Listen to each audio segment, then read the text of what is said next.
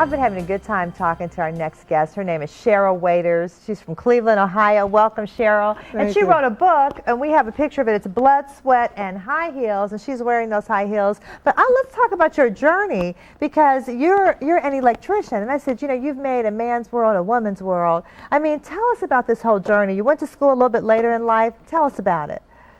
Well, it all began when I was 5 years old. I used to go out with my uncles. I was born into a family of construction workers, and they used to take me out with them when they work. I used to help my uncle pull wire and put on switches and face plates. That's beautiful that your uncle took you. Now, did you see any women out there doing this kind of work? None. In fact, when I told him I wanted to be an electrician like him, he said women didn't do this kind of work. Wow. So I said, Uncle Willie, what kind of work do women do? He said, go to school and get a degree. You'll figure it out. Okay, so what happened? Because you went to, the electrician training came a little bit later. What did you do first? Well, I needed to obtain funding for college, so I joined the United States Air Force and served my country. Beautiful, thank you. And they helped with my education.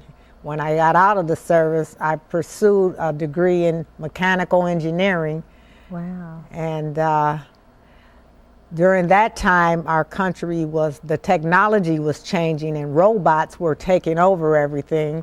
So I wanted a job that a robot could not do. And I was introduced into the building trades, in which someone asked me to become a plumber when I graduated. Oh. But I said, I know something about electricity. Been doing this since you were 5. Exactly. Right. So as one guy tells me, he says, instead of me having dowels and paper dowels and little dowels as a small child, I had a hammer and a screwdriver in my hand. That is fantastic. So you got your training to be an electrician.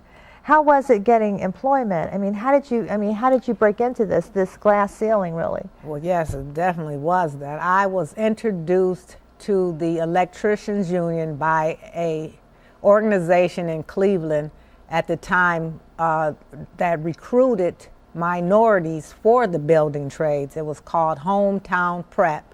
After they saw my background, they introduced me to the electrical union. I went through an interview and I was accepted as a member. Wow. And that started my electrical career. And what challenges did you face on the job? Well, most of those you can read about in the book. Right. But it was very difficult at first. I was one of a few women and the first women to enter into this type of work. Wow. The men simply did not want us there. So they made life a little difficult.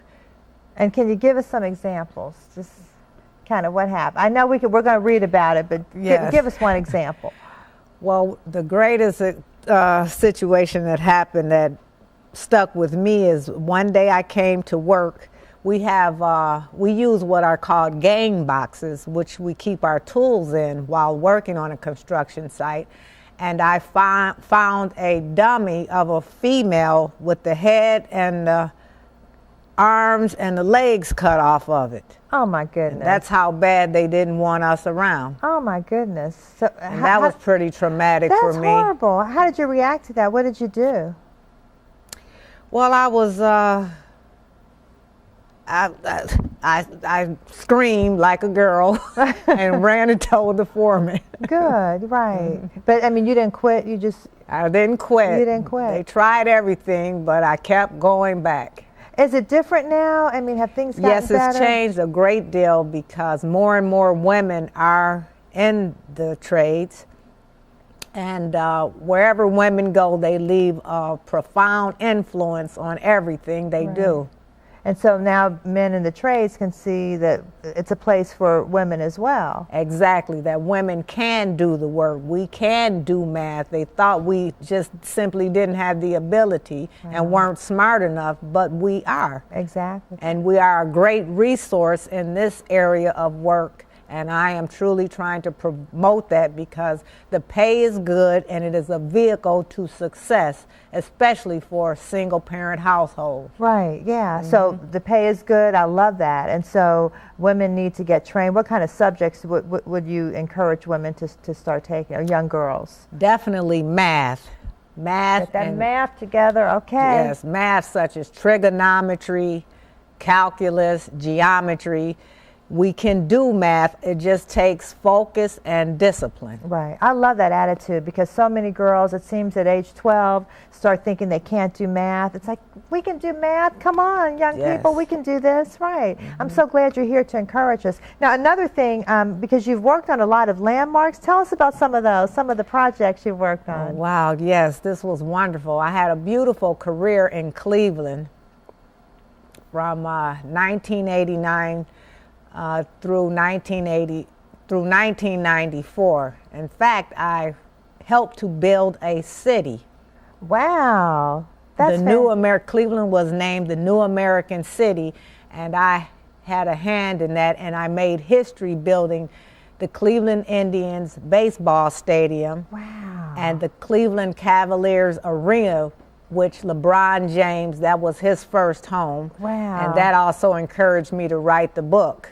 Wow. So when you go to those places, do you look and go, I built this? Yes, and it's the most beautiful feeling to have that of accomplishment, that you actually built something that is a part of history, and it is there left as a legacy. That is so beautiful. Well, you know, Cheryl Waiters, Blood, Sweat, and High Heels, a memoir. Oh, I can't wait to read this book. I'm going to make every young lady I know read your book. Great. I mean, this is just wonderful. And we can get it at Amazon.com. We can go to your website, which will link you. It's really bloodsweatandhighheels.com. But we're going to link you through WLWT.com.